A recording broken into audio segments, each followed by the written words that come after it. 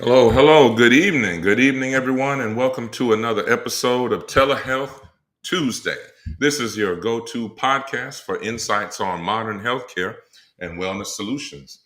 I'm Dr. Michael Bookhardt, your host, and today we have a very special episode lined up just for you.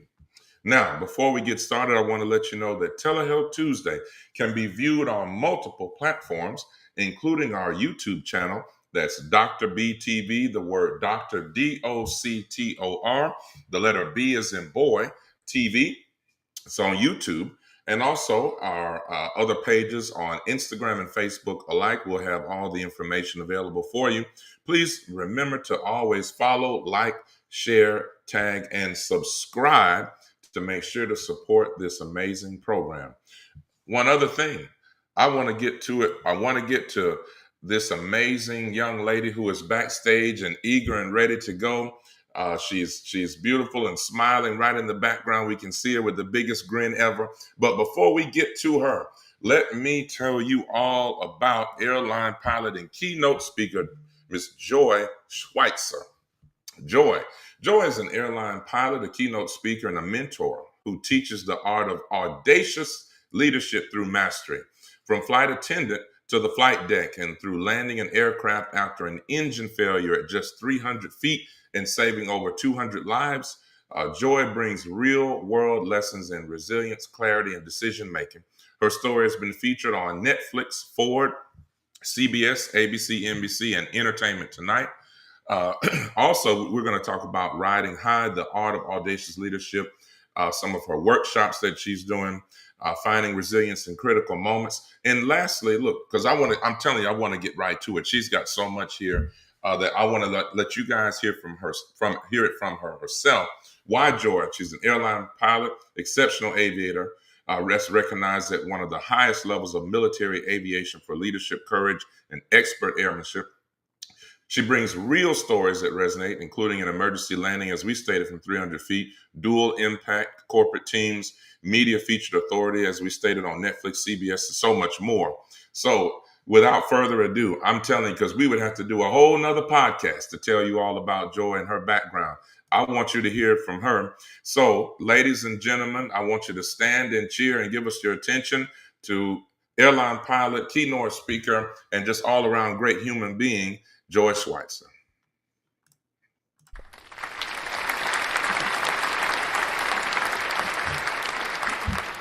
There we go. I got you on me. All right. Can you hear me, Joi? Yes. Can you hear There. me? Hey, how you doing? Good evening. I'm well. Thank you for the introduction. It's such a pleasure to be here. I really appreciate you extending your platform to me and able to speak to your audience. Yeah, So thank you absolutely. again. Oh, the pleasure's all mine. Thank you so much.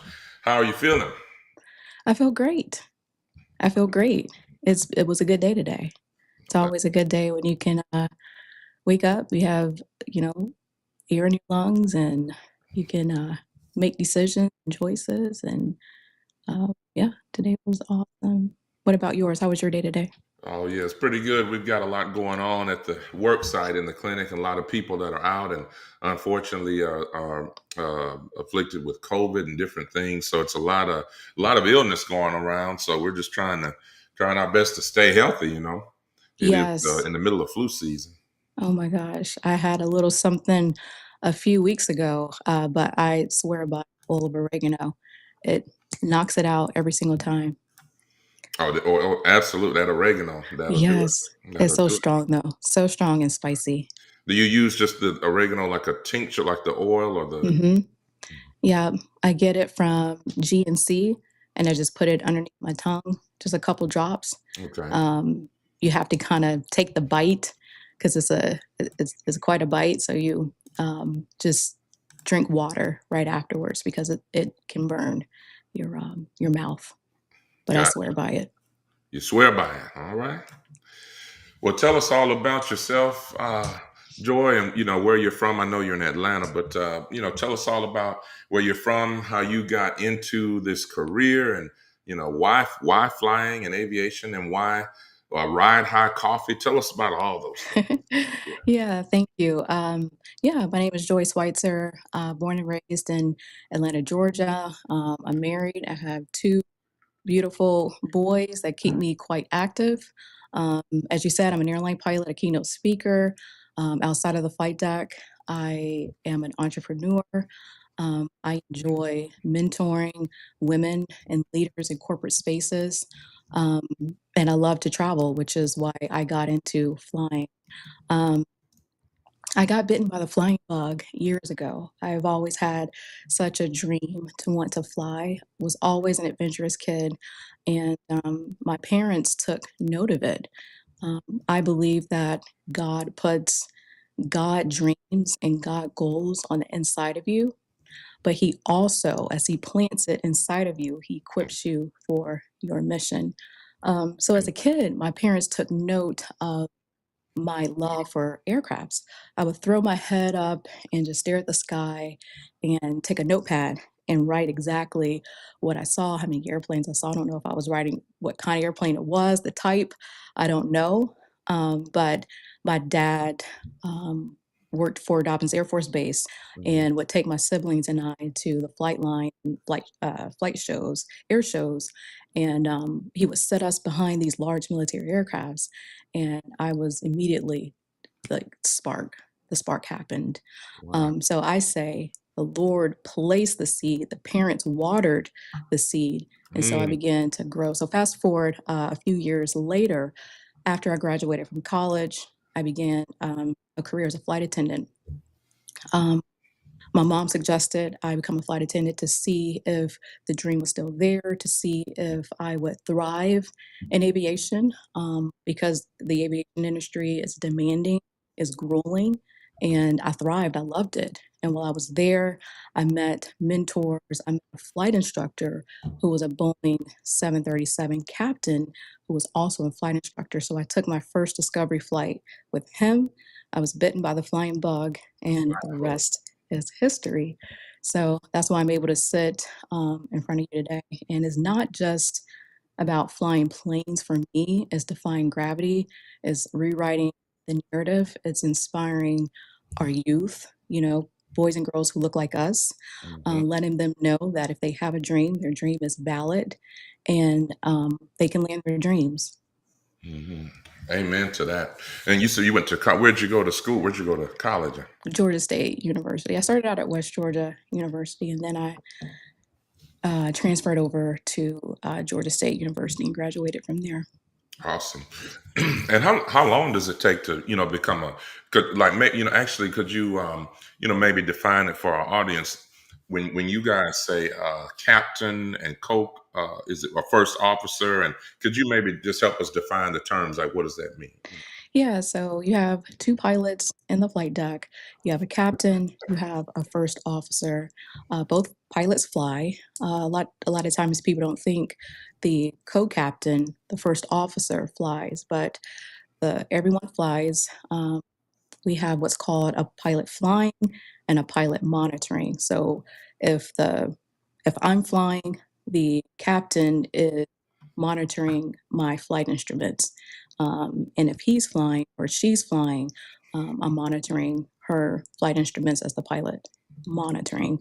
And it's all based on seniority. So when you get with a company, you start in the right seat.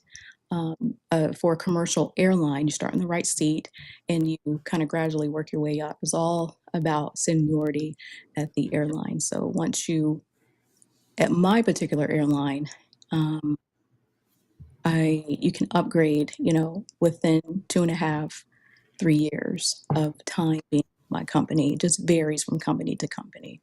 Hmm. And when you say upgrade, you mean from like the first officer to the captain Hmm. status, stuff like that? Yep. Yep. Just switching seats. Okay, okay. Awesome. Yeah, it's been a lot of crazy things happening on plane. You see all this social media stuff with all the people in the back going crazy and getting kicked off planes. Have you ever had to deal with that? Like that kind of situation where you either have to land the plane because of an unruly passenger, or like not take off because of something like that? That hasn't personally happened to me as a pilot. Of course, we've had Okay. emergency Knock on wood. Knock situations in on the back wood. Uh-huh. where somebody was having a stroke or a heart attack, and we had to divert the aircraft and make an emergency landing to get the passenger off. Hmm. Um, but no, I've never dealt with that. I know during COVID, people were very defiant. They didn't want to wear masks. And I Right. know that flight attendants had their hands full during that time because people didn't want to wear the mask. It's like you get on the airplane, there's rules and regulations, there's the FAA, the flight attendants aren't creating these rules. It's Hmm. regulations that they're having to follow. Yeah. So when you get on the aircraft, you have to follow rules. And if you don't follow the rules and regulations, unfortunately, you will be removed from the airplane. Mm.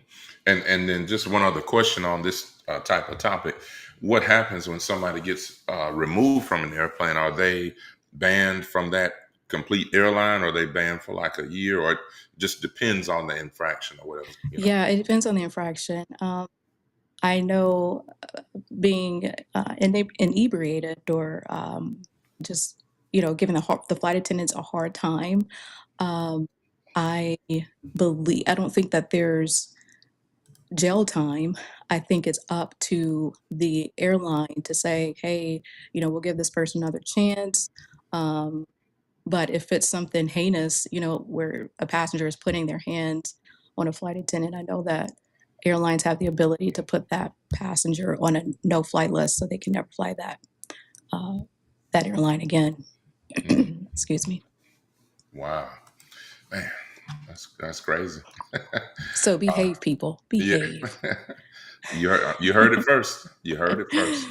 So, all right. Well, let's go straight to our questions. The first question was, what actually, and you talked about this a little bit already, but wanted to know what inspired you to become a pilot. And I know you talked about with your parents and early on, and you started as a flight attendant, but especially, we wanted to highlight the fact that you are proudly an African American woman in this field, and so I know that that's not something that's in the majority. So just kind of keeping all that in mind, did that have anything to do with it as well? Like you always wanted to be a trailblazer or, things like that?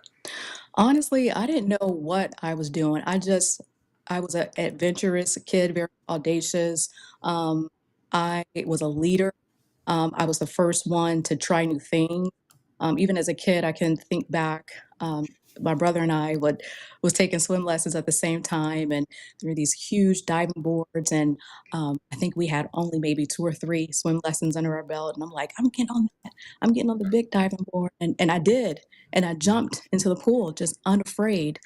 So when I got into the industry, I was surprised to see that there wasn't a lot of women. Gratefully, I met women in the industry who became friends and mentors and told me that you can do it. Don't let anything stop you. And I'm grateful to those women and men to this day. There were a lot of my mentors are Black men. I joined organizations that kind of catapulted me to where I needed to be by just giving me strategy. Hmm. Strategy like, network, keep a clean logbook, do the best that you can, ask questions, and stay the course. We know that as an airline pilot, we are hired on merit. Um, and you have to be experienced. You have to be great at what you do.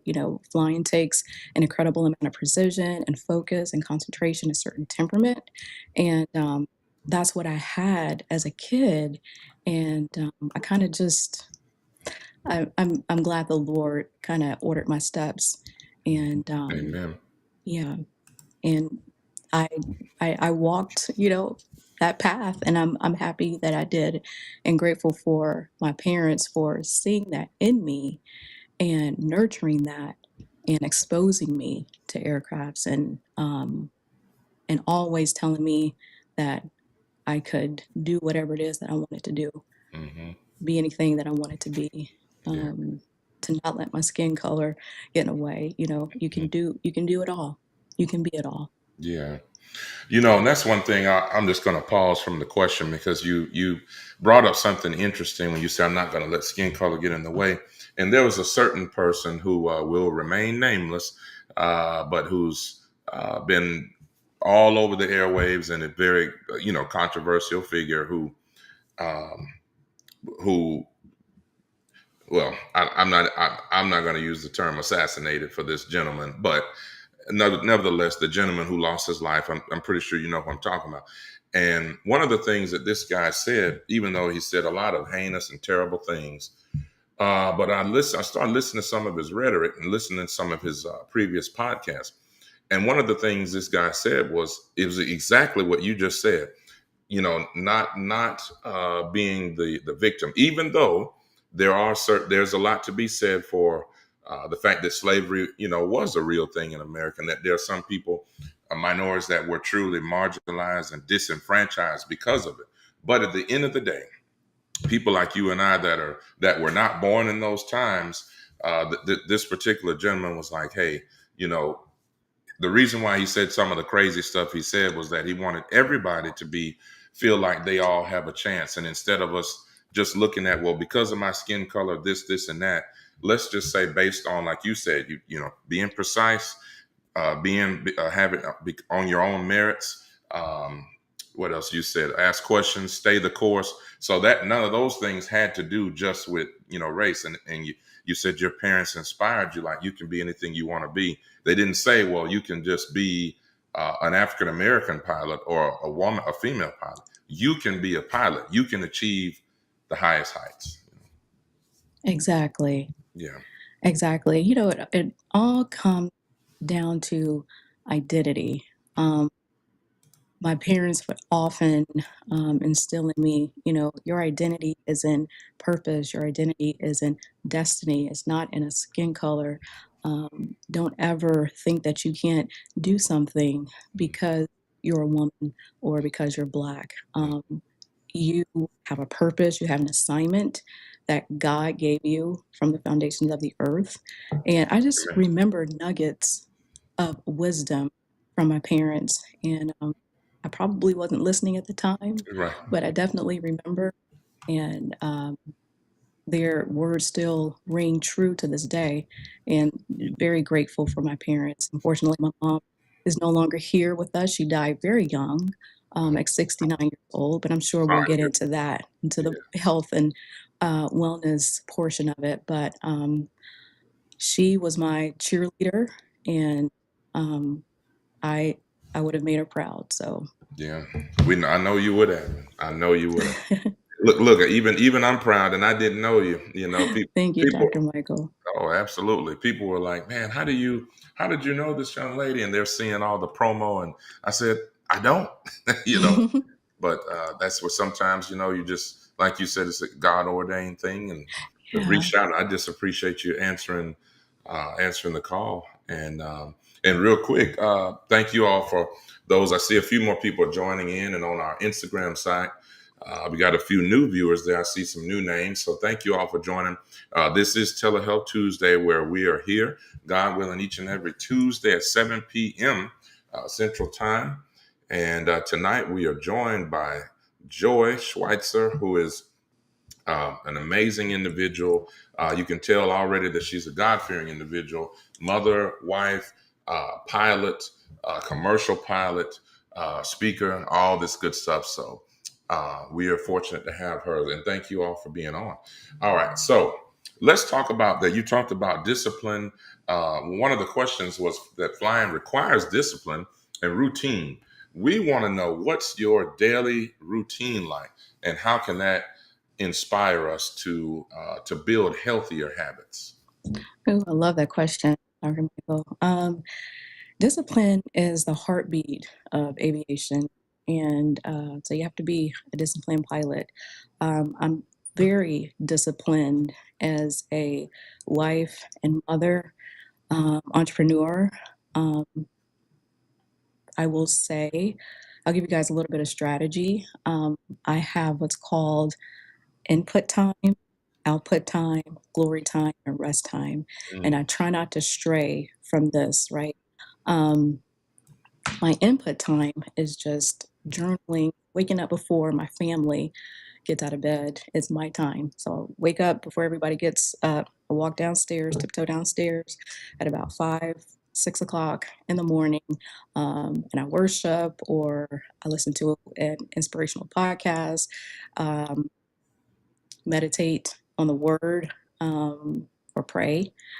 So that's my input time. Output time is physical movement. So if I don't make it to the gym for 40 minutes, because that's usually how long I'm there, I will do a quick workout at home or maybe a jog in the neighborhood for 20 minutes, just something to move my body, right?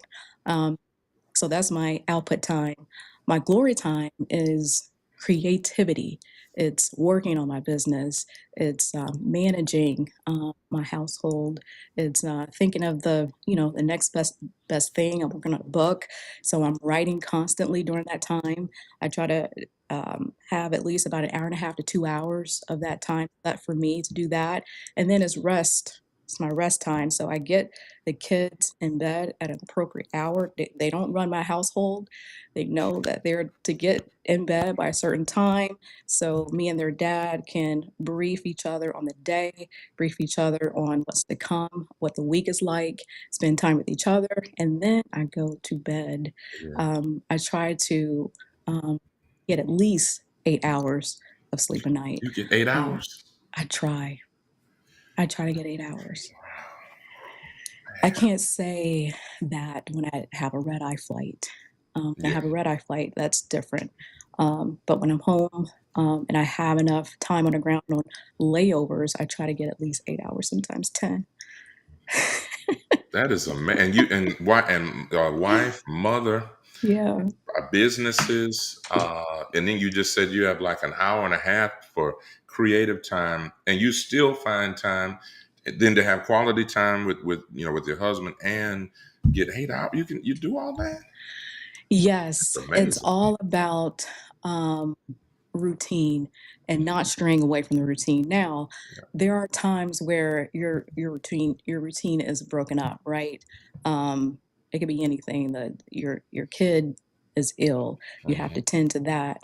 And I'm not perfect. No way near perfect, but I try to do things that honor my body, that um, like taking an Epsom salt bath to Mhm. wind down, to get proper rest. I stay hydrated because I do lift a little bit of weights at the gym, so I'm constantly hydrating my muscles. And it's just those small, repeated habits that gets you clear for takeoff in every arena of your life. Mm. I lost us. I don't know. Can you Oh, still see me? oh yeah, yeah. We can still see and hear you. Okay. Can you? Is it? I got Can you? off the. Yeah. I see the Okay. comments. I see us at the very top. It's okay. Is it? Is it okay? Yeah. Okay. That was one of the things you talked about. You talked about that routine, and that's so important. And I know a lot of us struggle with it. And by the way, a lot of people are asking. They say, "Man, you've gotten these guests," because I've had like comedians, and I've had comedians, lawyers, pharmacists, so people in healthcare and not in healthcare. And they looked at, I know a couple of friends. They said, they said, man, this is a beautiful young lady, and I'm sure she's got things, she's got it going on, but she's a pilot. What does that have to do with healthcare? Like they ask me, but I say everything has a connection, Yeah. because and with me, and that's why we call the episode, this is episode 60, Soaring to New Heights, because I love that. everything that you've said so far, where don't let things hold you down, whether it's where you're Mm-mm. from, who you are, how you were raised, whether you were in poverty or had a rich background, affluent background, Right. just soaring to new heights. And then you just talked about something that was so important that even ministers to me right now, which is routine. Routine is something I personally struggle with, being up late, having insomnia. And so then it's Mm. like, yeah. And you know, I mean, thankfully I'm not operating, huge, heavy duty machinery like you Mhm. and equipment. But of course, in the clinic, we are taking care of people's lives. And and it hasn't been anything that gets in the way of that. But I certainly do feel it at the end of the day, and you're tired, and a Yeah. lot of people can't. It affects your decision making, your relationships, and all kind of things. So anyway, so that I wanted to just mention all that. So for those of you that ask the questions, why joy? Okay, you heard it right there. That's why joy. Okay. Yeah, as pilots, we have to be fit to fly. I can't sign off on a release and take hundreds of people across the pond if I'm not fit to fly. Mm. I legally can't do it. Okay. Um, Speaking of, oh, I'm sorry. Were you gonna say something? I was going to say, no, doctor, do you take magnesium or anything at night?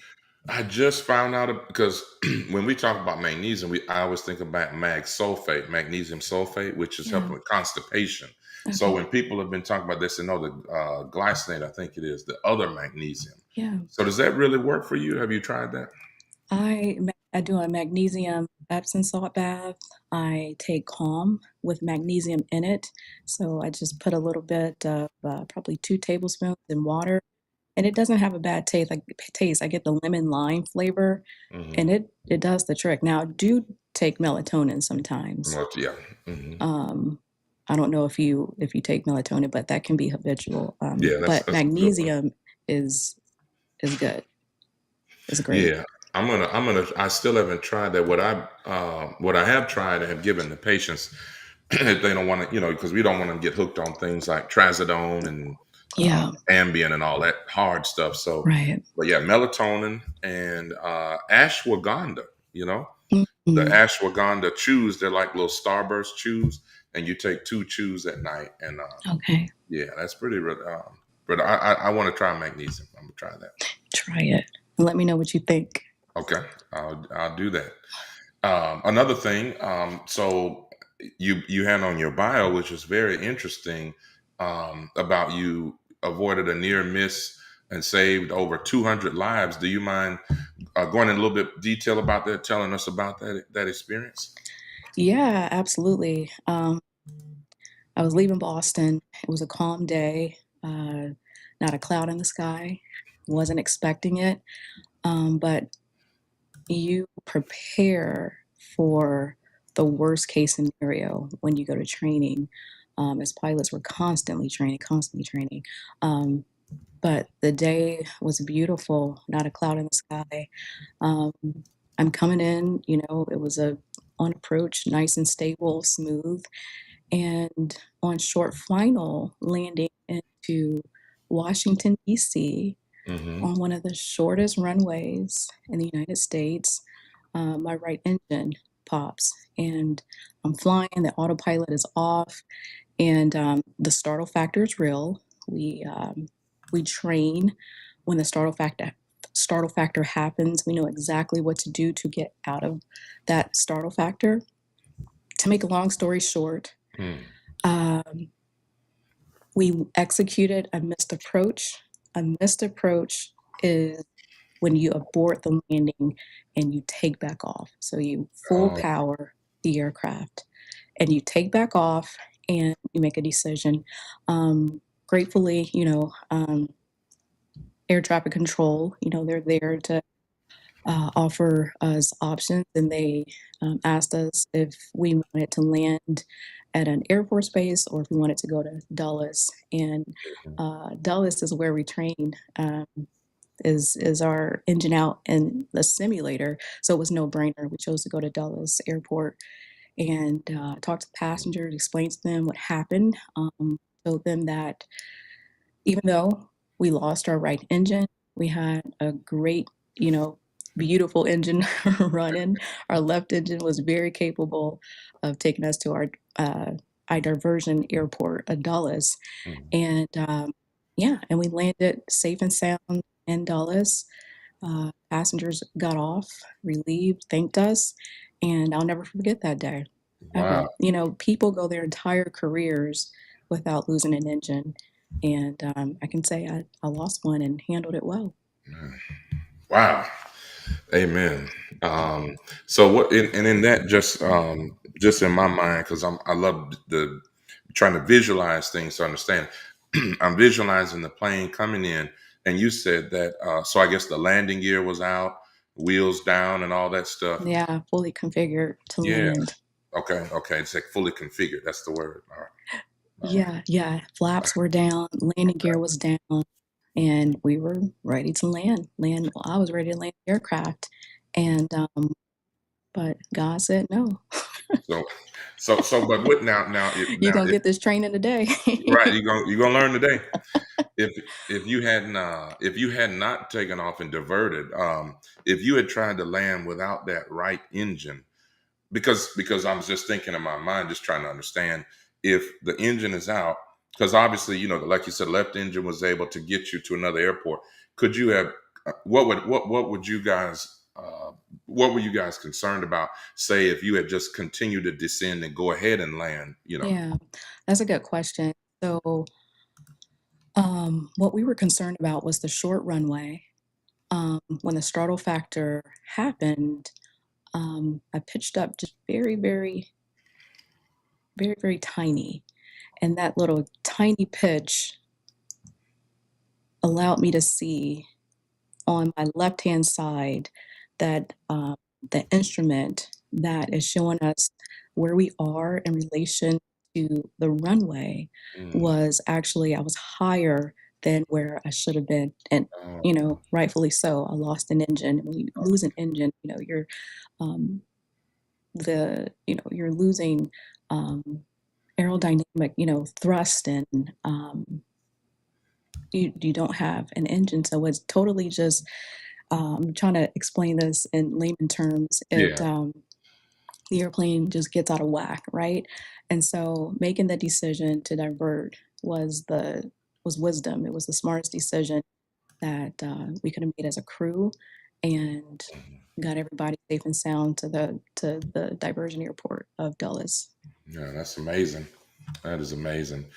I had one other thing in mind that because it's just so interesting. Even though we always have prepared questions and all that stuff, and audience will start probably chiming in a few, but I'm just kind of going off the you know, you have the questions, but sometimes I just kind of go off the cuff because these are just things that I wanted to know. Myself. I guess it'll come back to me. Man, I had a good one too. That's okay. I had a good one for you. Well, how long is pilot? Is it pilot school or flight school? How long is that? Flight school, it depends on the person. Some people will do an accelerated route where they can finish within 2.5 years with everything, when I say everything, all of their ratings, their private, instrument, commercial, multi-engine, instructor, license. And then after the 2 years, you want to gain experience. I personally did the self-pace route because I was married at the time. In fact, I was a newlywed.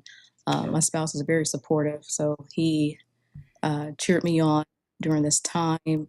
And it took me about 4 years okay, to complete everything, to acquire all of my ratings plus my experience to get on with a commercial airline. okay. And that was after college. Yes. Yeah. Okay. Okay. Awesome. Let's see. And just to let you guys know, I'm seeing some other new folks here. Thank y'all for joining on the Instagram world. I see Terrell Moses, my good friend. What's going on, man? Good to see you. Amy Mart is over there. You guys know this is live now. If there's anything you guys want to know, we are here for you. Joy is here in the virtual building to take your questions. So don't all ask at once. All right. So let's go. Another question was, well, we talked actually one of those questions that came in. We talked about physical fitness. That the question was going to be about how important is physical fitness to your career. So I know you already touched on that one. Um, and then another one was, of course, about getting good rest and avoiding and managing fatigue. But in terms of that, let's go to a very interesting question now that I have, which are, what are some ways that you feel like the focus and discipline that you talked about that you use in the cockpit and in life every day? Do you feel like this has a synergistic kind of deal, or some way that it's similar to how we can help people manage conditions like if they have hypertension and diabetes. So, like just the question about being focused, being disciplined, to be able to translate that maybe to our patients, in healthcare. Do you have any? Yeah, that's a really good question. In the flight deck, we have a flight plan, right? And a flight plan has your fuel burn, your weight and balance, your flight plan. It has your the distance, the time it will take to get from point A to point B. It's very specific things pertinent to our flight for a successful flight. So I look at that as having a game plan, a flight plan for people with conditions like diabetes and hypertension.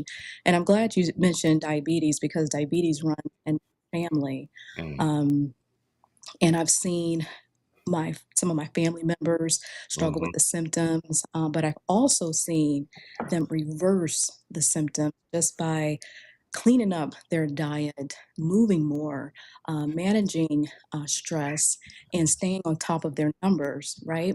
mhm, Um, and so you kind of look at people with, a diabetes or hypertension and like a flight plan, like a game plan. And so you want to stay ahead of the game. You want to be proactive instead of reactive.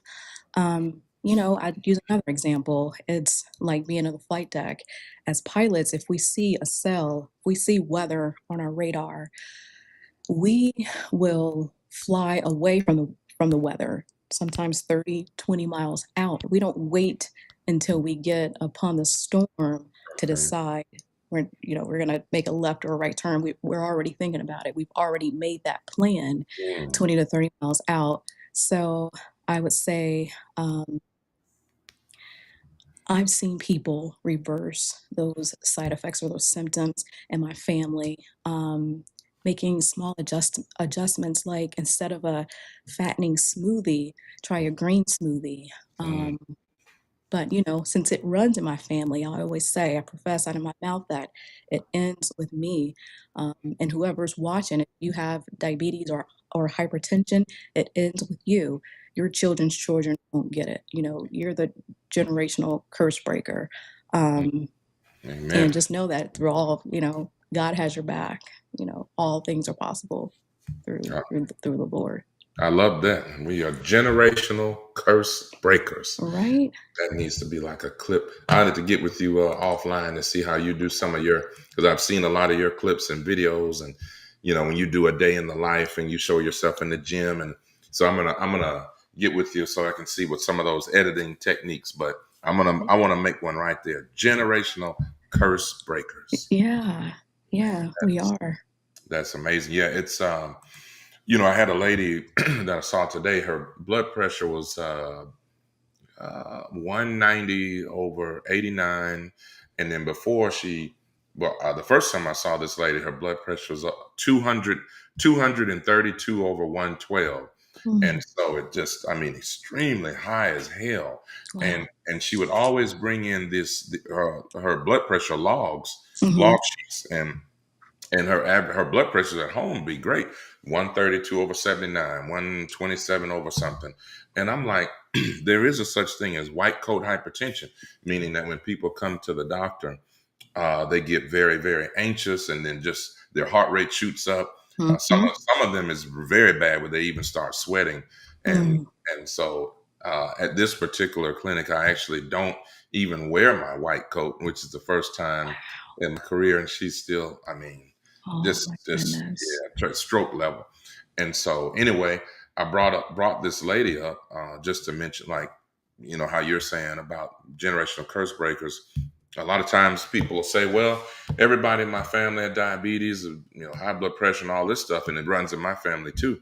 But like you said, we just have to be we just really need to be proactive about it. And I love the routine, the regimen, the things you're saying there, because that really ministered to me right now.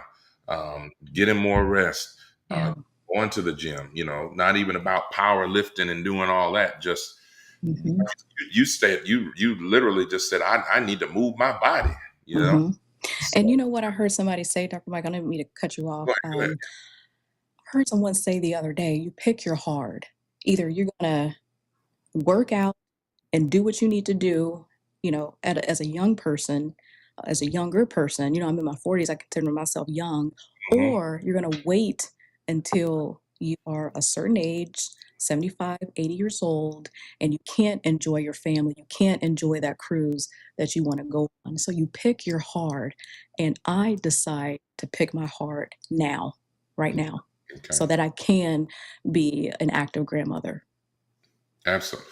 So that's another. Let's go ahead and put that on the screen. I see my mom has a question that we'll get to just a second. Ma, you said generational curse Your break. mom's in the room. Yeah, Hi, mom. That's yeah, really cool. I yeah, love that. basically lives with me in Mississippi, and she's in the other room, and she's logged on through. Looks like her Facebook account, and she's a big supporter. That's Um, cool.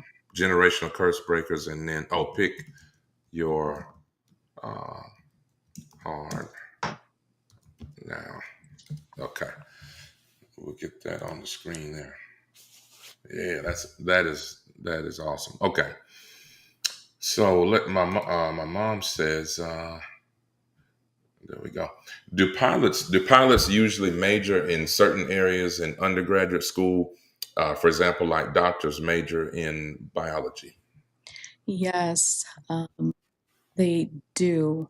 Um, a lot of pilots will major in aviation management and engineering courses, and a lot of pilots will go to universities specifically for flight school and flight training. Embry-Riddle, there's a university in Georgia called Middle Georgia University that's an aviation university.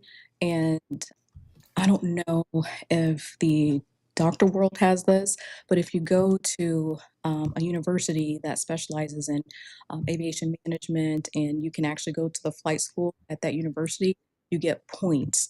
Um, and by Mm, points, it looks good on a resume, right? Yeah, you stand out. ah, And so, okay. absolutely, I didn't major in anything in aviation.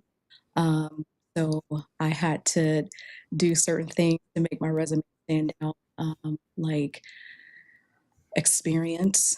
I have a very diverse background. I was a flight attendant that turned pilot. I have the experience in flying multiple aircrafts, networking, and volunteer work. So that was a great question. Yeah, awesome. Thanks, mom. Yeah, you. Let's see. I wanted to go to.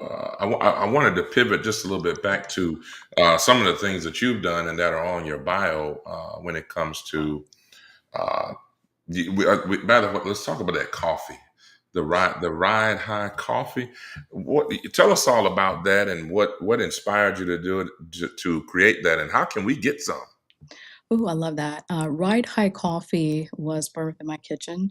I was in training first part of the year, and I was at a Whole Foods because I wanted to grab my coffees for the next day. Love coffee, love it.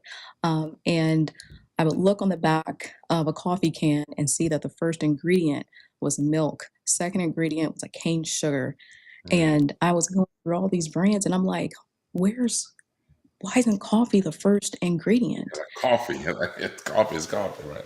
You have to have coffee as the first ingredient for people who enjoy the taste of coffee. Right. And there's some brands that have coffee as the first ingredient, and maybe oat milk, a pinch of pink sea salt as another ingredient, but it doesn't taste the same.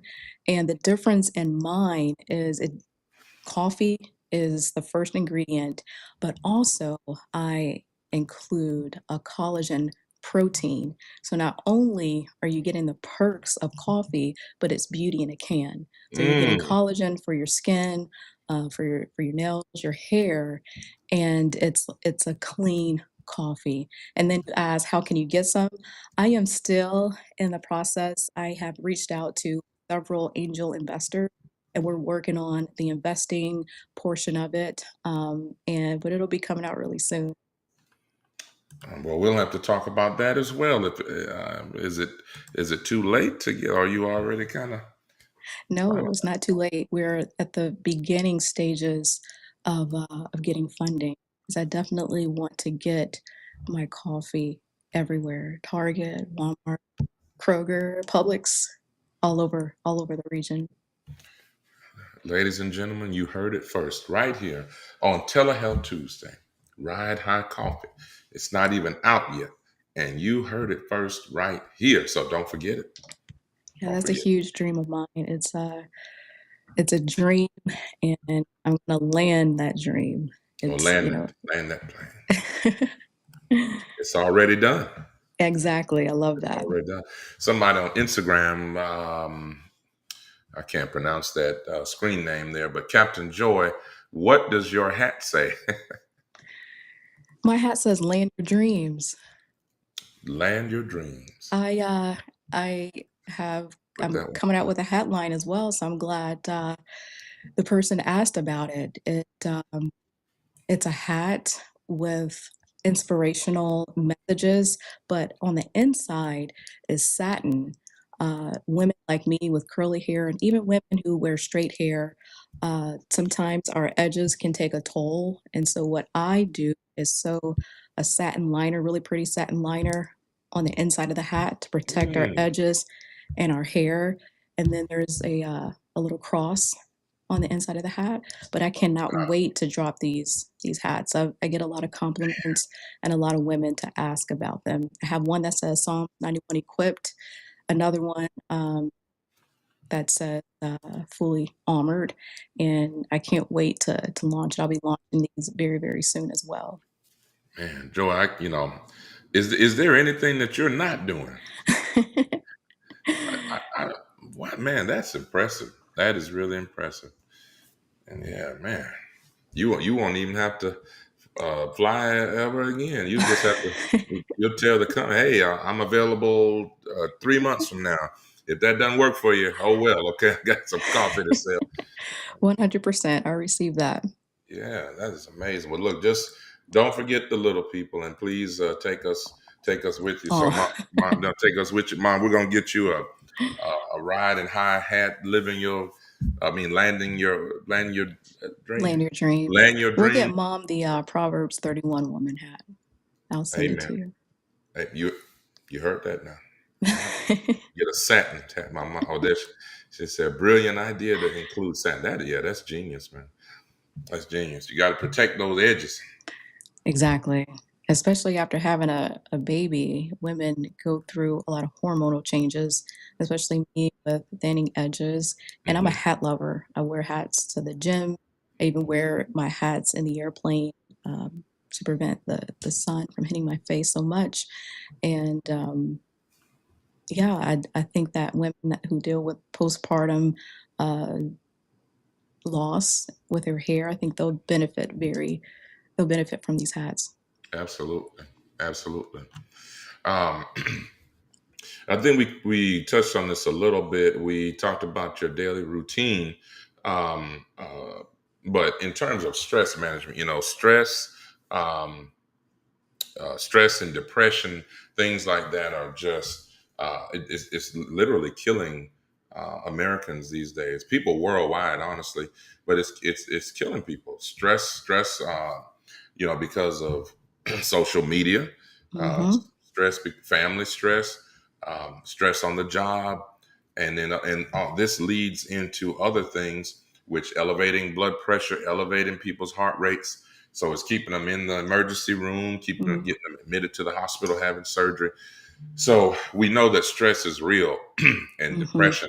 People make all types of bad, risky decisions based on these things. So with all that said, how do you personally manage stress? You seem like such a calm, relaxed individual, but we all know those are the ones you gotta worry about the folks that's calm, because when they blow up, it's on, it's over with. Okay. You are so funny. How do I manage stress? Not by my power, but by his strength, to be honest. I wear a lot of hats. Mm, I do a lot of things, like you said. But my first line of defense is always prayer. I mean, the Lord has brought me a, a mighty long way. Is that what the church people say? A mighty long way. Yes, He has had my back for years, and I trust Him. So prayer is definitely my first line of defense. Um, I don't like to say I'm stressed, but I like to say I feel off. If I feel off or icky one day, I try to move my body. Like we talked about, movement is huge. Maybe a brisk walk, maybe using light weights for 10 to 15 minutes, sitting in the sauna. Sitting in the sauna does amazing things for recovery, stretching, resetting the nervous system.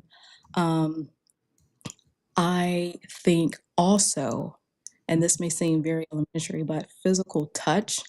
Um, Hugging my boys, kissing my spouse can all reduce stress. And lastly, it's perspective. So turbulence is only temporary in the sky and in life. You Mm, can't allow stress to shake you, right? mm, It's very it's temporary. And so when stress arises, you want to talk to somebody about it. Depression, you want to talk to somebody about it. You want to have a community, a close knit group of people that will have your back and help you get through those tough times.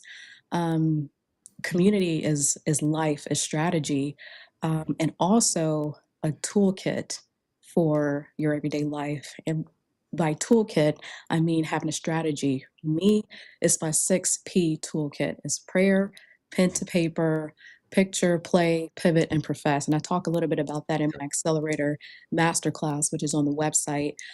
Game changer. You want to have a strategy for life. And I think by having the right community, I have a free Facebook group for those women who want to join. Um, we hold each other accountable. We lift each other up. We give healthy recipes. We love on each other and support each other. So absolutely, community and and having a strategy for life to get through stress and depression. I'll have to get. Would you mind one more time with the six P's? Oh yeah, my 6Ps that I use for my day-to-day life is prayer, pen to paper, write down a strategy the night before. So when I hang up with you, I'm literally it's gonna take me 10 seconds. I'm gonna write down exactly what I need to do tomorrow. Then I'm gonna immediately picture myself doing that thing. I mean, it could be something small. So you want to picture your small goals, picture your large goals. So I began to picture it so vividly. Um, and after you picture it, you put it to play the next day. You take small actionable steps to get to your goal, your long term goal. Then once you put it to play, sometimes you have to pivot in life. And pivoting is something that I did with the engine failure. Hmm. We didn't land at our final destination, right? We had to pivot because emergency situation happened. So we had to divert to another place, but eventually we finally got to our final destination. But character is being built in that process. Mm. And lastly, profess. So speaking the word of God over your life into your spirit. I can do all things through Christ Jesus, which strengthens me, not by my power, but by his strength. For God didn't give me, and you make it personal, a spirit of fear, but a spirit of love, power, and a sound mind. So every single morning I wake up, I have a sound mind, faith over fear, and I begin to just declare this over myself in my input hour, and it makes all the difference. It sets the tone for the day. Mm. And that's powerful, powerful. And we'll at the end of this, I would love for you to let everybody know where they can find you. And of course, like you said, you have a place there for the ladies. They can go to your website. Some Um, guys are in the group too, so okay, okay. guys can join too. I'm joining tonight. I'm joining tonight. I wanted to. So and real, let's we talked about pivot. Let's pivot real quick. I know we've got about 10 more minutes, about 10, 11 minutes. So look, guys, if you have any questions now, we've had a few trickle in tonight. If you have any questions, comments, make sure to let us know because we're here live for the next few minutes. And if there's anything you want to know, this is the time to ask. Um, so, when it comes to um, when it comes to you being up there in the cockpit talking with the folks at the control air traffic control, we've been seeing a lot of things these days. um, and of course, it's certainly not political, and I don't go into that, but this is a good, we're not on any syndicated network yet, and so we don't take any payments or profits, so that's why I'm free to say what I want to say.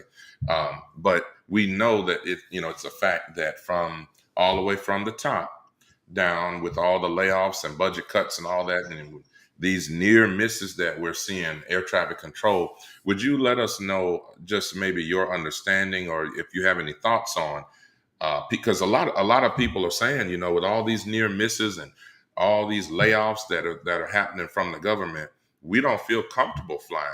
So what do you have any thoughts on that? Anything you want to say? Yeah, in the beginning of the year, I saw or I observed fear and a lot of fear mongering in the media. That's why I Hmm. don't even turn on the TV anymore. I Oh, don't really? turn it on. It's not in my house. Sometimes we'll catch a movie on Netflix, but unfortunately, I am on social media. I have to be on social media.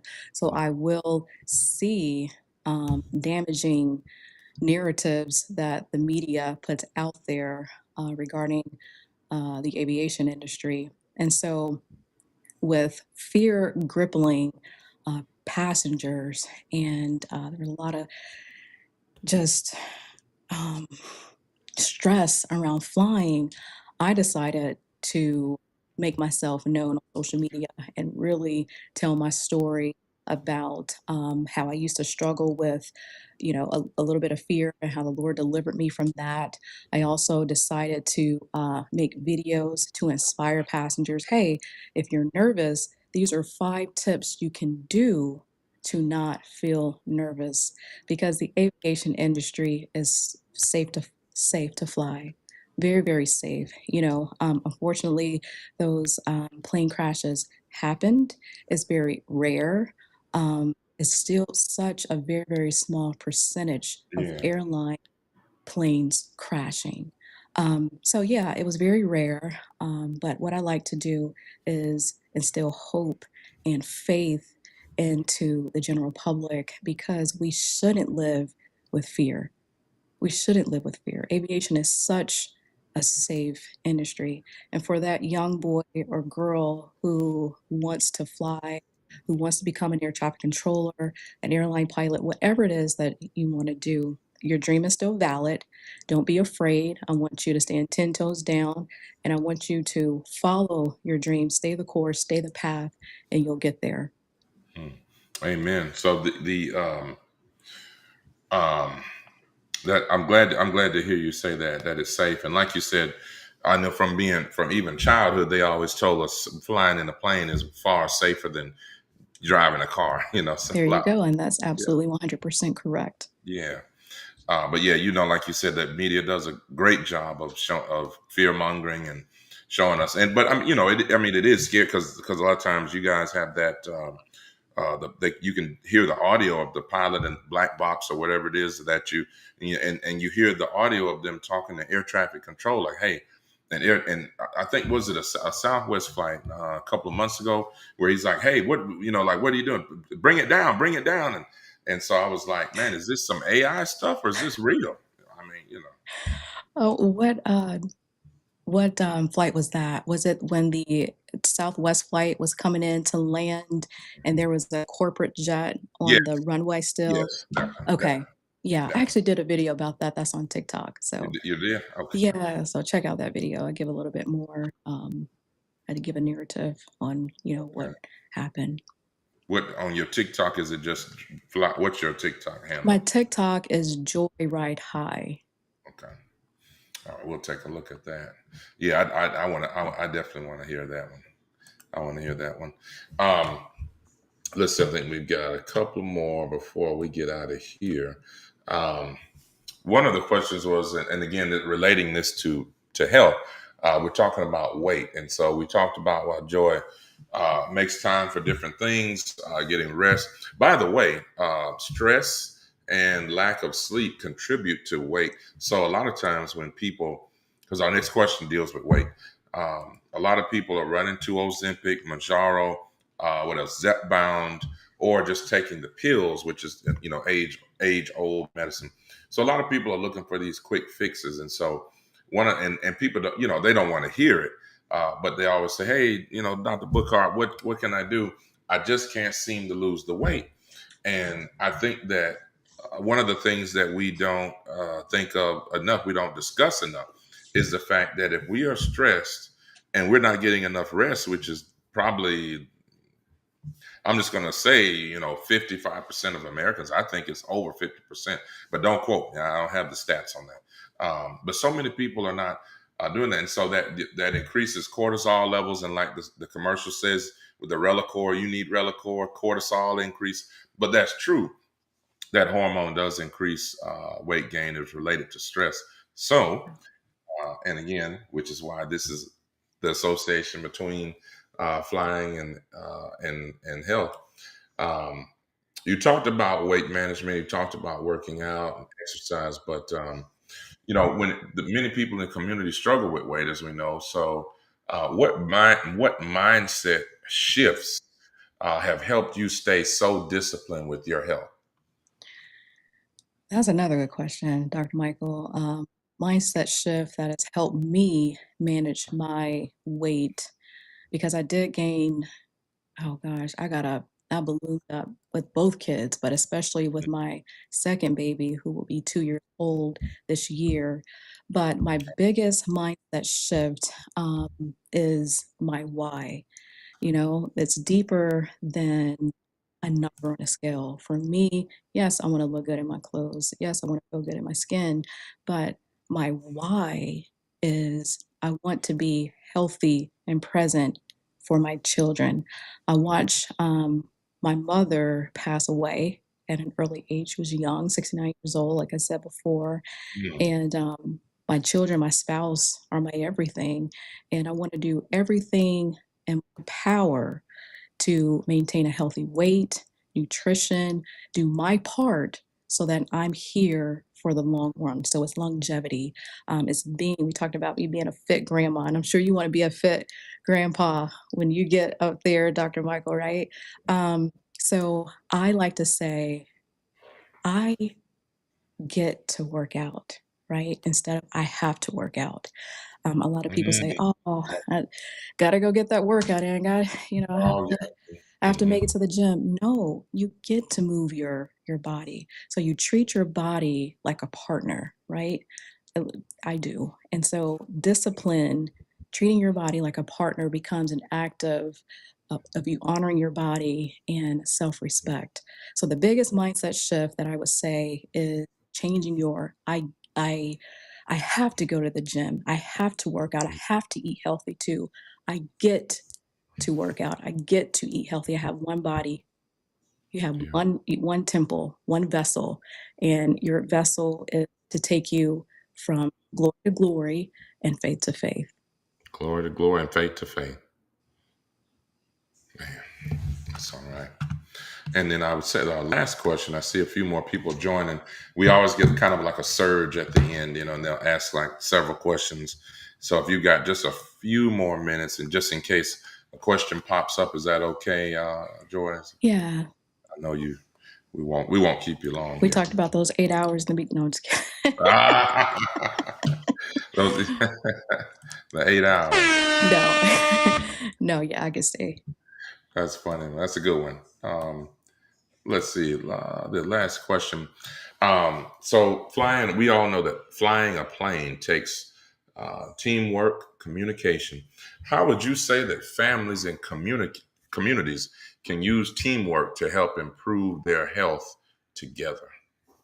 Mm, another good question. Um, So just like in the airplane, there's two pilots. And like we talked about earlier, I kind of educated you guys on our roles and our titles in the airplane. So you have a pilot monitoring and a pilot flying. So what does the pilot flying do? Fly the airplane. Pilot monitoring, what does he or she do? Do you remember? The pilot monitors doing all the different checks and making sure different Y- various things Yes. tended Um, to. Yes, monitoring, managing the systems, and making sure the pilot flying is doing a good job.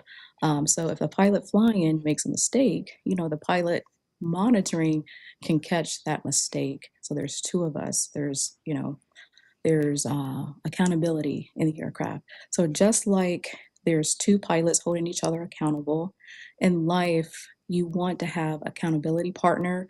You want to find community, as we spoke about before, um, because I believe when you have a community, everyone is on one accord, everyone is bonding, friendships are forming. You're reaching your goals together. You're flying the mission. What they say the military, you're flying a mission together. You're landing your dreams together. You're cooking nutritious meals. You're walking together. You're saying, "Hey, girl, talk me off the ledge. I'm about to open up these bag of chips that I got from Costco with the avocado oil, and they're kind of spicy. I'm about to open these up and eat the whole bag." And so your community, your accountability partner can say, nope, you've Yeah. come this far, put the chips down. Put the chips down. Put the chips down. Can you tell that's my favorite chip from Costco? Yeah, I can tell. No, but yeah, you're stronger together when you have someone else who has your back. When you're around other like-minded people, all of my girlfriends are fit. We enjoy working out together. We bond after a workout. We'll go and have a clean meal, green juice, and it just brings happiness and joy and unity into a community and into a friendship. That's awesome. That's awesome. Well, I have one last question. It's just a personal interest of mine. So, one of my, well, not one of my, what am I saying? He is my favorite actor, and that is Mr. Denzel Washington. And so I don't know if you saw the movie Flight, but that was Yes. amazing. You saw that? Yeah, oh yeah, Man, of that course. was amazing. Yeah. So, what do you think about that? Like, because if you guys don't know in the movie, and I don't want to give it away, but basically, these guys, man, they're going through a thunderstorm. Uh, I don't know. You can probably describe it better, but they're going through this thunderstorm, and like you said, he's got his co-pilot there, and the co-pilot is side eyeing him like, "What?" And Denzel, because he's an alcoholic and he's on drugs and stuff in the film, and so he's like brushing his hair over and over and over, and the co-pilot says, "Are you okay, sir?" And he said, "Oh yeah, I'm good." And he says, "Give me a coffee and two aspirin." And he's flying. They go into some bad turbulence. And long story short, man, the plane just is completely gone. And this guy inverts the plane and he's flying upside down, coming in. It's the craziest thing. And he saves all these lives. So I just literally thought about that now because you're on here. Do you have anything to say to share about the movie Flight or your thoughts on that? I love that movie, and I love Denzel Washington. He's such an amazing actor. He actually filmed a lot of it here in Atlanta, Oh, really? Okay. and eyewitnesses would say they would see him walking down the street in Buckhead drunk, because when Denzel gets into a role, he becomes the person. He becomes the pilot, or what was the movie? It's on Training Day. He becomes the gangster. Oh, man. Oh, man. So he became who he needed to become in the movie. And we know that Hollywood exaggerates movie, and we know that, what happened in the movie and like it's make believe. But Hollywood did a really good job in the storyline and his arc, and I think it was redemption at the end of the movie. Mhm. I watched it, what, it was 10 years or 10 or 15 years ago, and I think at the end, you could probably tell me this, Dr. Michael, he got back with his wife and his son, and he even though he lost his licenses and he could never fly Yeah. a plane again, Yeah. um, he still did what was right at the end by Mhm. saying no to alcohol. So, yeah, it was a very good story. Yes. And I've seen it. I kind of laughed throughout the movie Yeah. because, Hollywood did their thing. They exaggerate a lot of things. Pilots don't walk down the jet bridge doing cocaine and popping aspirins and stuff in the flight deck.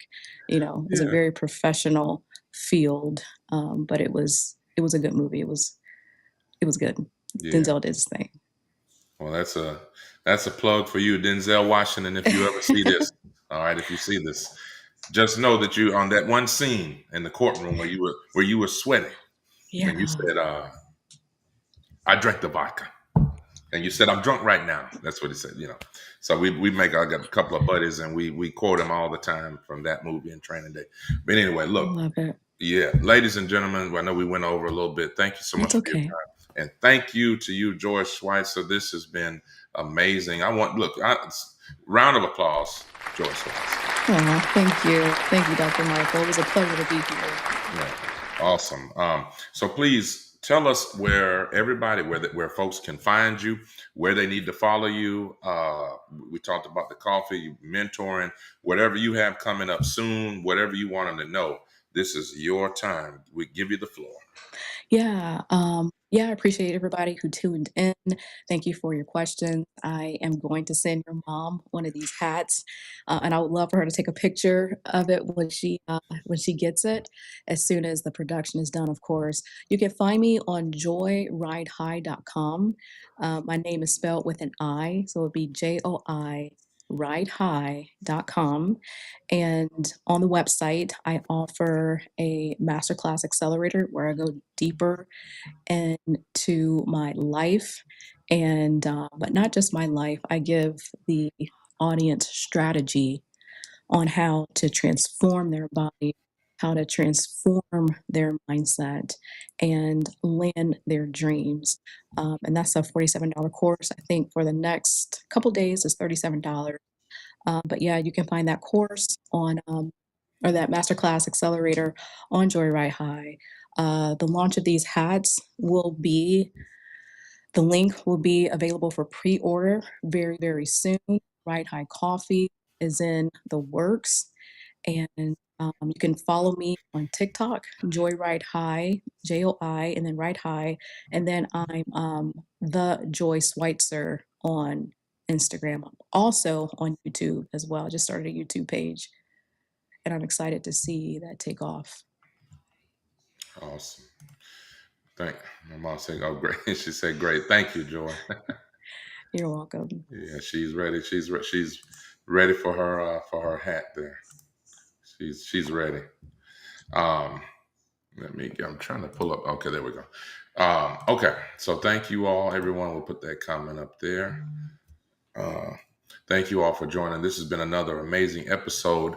Telehealth Tuesday again. Another big round of applause for Joi Schweitzer. Thank you. So, Joy, if you'll stay, after we get off live, just about 5 minutes afterwards. All right, guys, look, next Tuesday, usually we don't even announce the guests, but hey, like I always say, just from last year, we're going higher and higher. This is episode number 60, which is, man, this is a dream come true.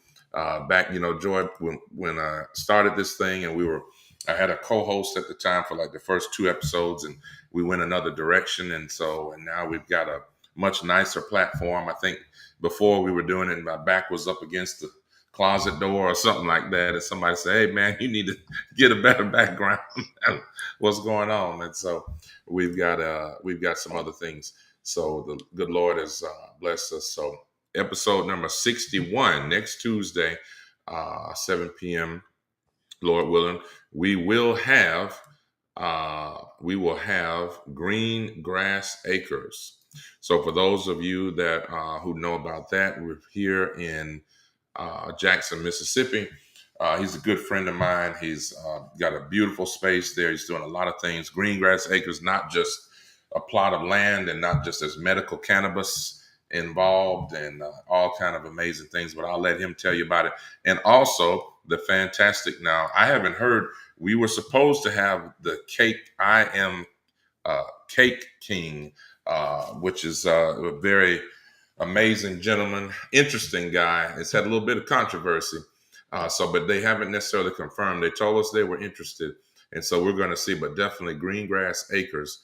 You don't want to miss that, talking about all the big things they're doing right here in Jackson, Mississippi.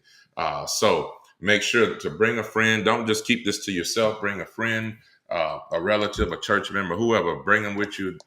Share our information so that they can benefit from everything we're doing here at Telehealth Tuesday. If you have a story, testimony, or anything you want us to discuss, send us a message, email us, and put it in the comments, and we'll make sure to do that. Or if you want to yourself want to be a guest, we'd love to have you. So God willing, we'll see you next week, Tuesday, 7 p.m. This is the place where we treat and discuss mind, body, and soul. And remember, as always, true wealth begins with good health. See you next Tuesday.